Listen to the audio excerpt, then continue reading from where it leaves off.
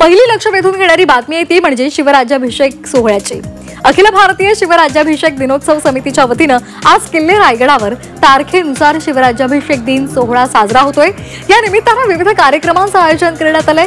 युवराज संभाजीराजे, युवराज शहाजीराजे आणि युवराज्ञी संयोगिता राजे यांच्या प्रमुख उपस्थितीमध्ये हा सोहळा पार पडणार आहे। या सोहळ्यासाठी हजारो शिवभक्त किल्ले रायगडावर दाखल झाले। दुसरी लक्षवेधी बातमी आहे ती म्हणजे मनसेच्या मिशन इलेक्शनची। आज मनसे अध्यक्ष राज ठाकरे मुंबईमधील विभाग अध्यक्षांची बैठक घेणार आहे। आगामी महापालिका निवडणुकीच्या पार्श्वभूमीवर या बैठकीचं आयोजन करण्यात आलंय। राज ठाकरे या बैठकीमध्ये कोणता निर्णय घेणार याकडे सर्वांचंच लक्ष लागले। तर तिसरी लक्षवेधी बातमी आहे सर्वसामान्यांसाठी महत्त्वाची, ती आहे आरबीआयच्या पॉलिसीची।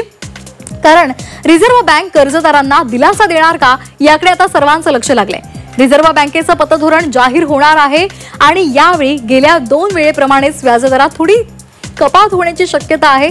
रेपो रेटमध्ये 0.5% कपातीची शक्यता वर्तवली जाते। आज रिझर्व्ह बँकेचं पतधोरण जाहीर होणार आहे, त्यामुळे त्याकडे सुद्धा सर्वांचंच लक्ष असेल।